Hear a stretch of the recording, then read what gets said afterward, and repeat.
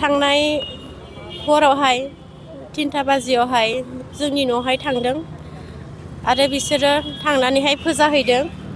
फोजानानैहाय बे समावहाय जोंनि आइया दरखौ खेवना होदो।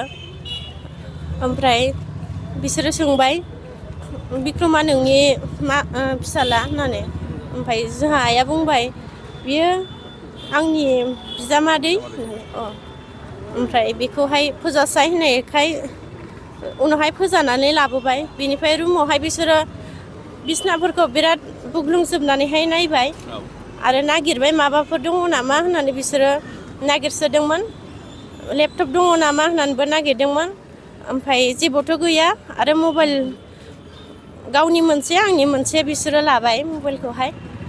ओमफ्राय बिनिफ्राय ओरैनोथ' सोंबाय मबेनिफ्राय मानो फैदो होननानै। बिसोरो बुंदों क'क्राझारनि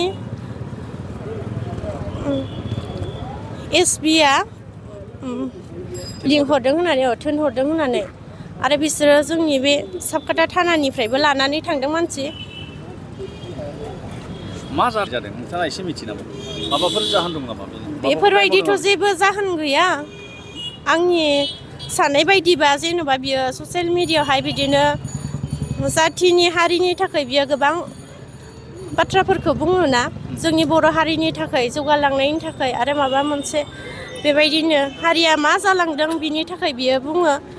निस्सय बिनि सायावहाय बेबायदिनो सोरबाफोरा माबा मोनसे गाज्रि मोनना थानाय बा सोरनिबा माबायावहाय सोरनिबा थाखाय बेबायदिनो लायनाय जादों होननानै आं सानदों आरो। दिनैनि थारिखआव नोंथाङा मा लुबैयो? मा खावलायनो लुबैयो सरकार बा पुलिस प्रसासनखौहाय? दानो आं बे समावहाय खावलायो जेन'बा दाय गैयै मानसिखौ मिथिया हसिया बेबायदिनो गामिफोरावहाय खोन्थाहरालासे डाइरेक्ट थांनानैहाय इनफरमेसन हरालासे बियो थांनानैहाय लायनाया बिराद गिदिर गोरोन्थि।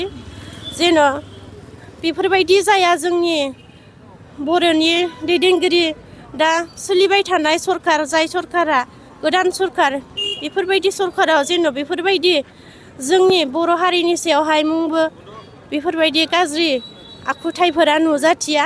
जेन' जोंनि बर' हारिनि गेजेराव बेफोरबायदि जोंनि मानसिफोरा हमना लायजाया। बेफोरनि थाखाय मोजां गाज्रि बिजिरनानै लायनाया मोजां। लोगो हमनो दासिमबो बिसोरो गेटनिफ्रायनो बारहोआ। बिसोरो थांनोनो होआखै।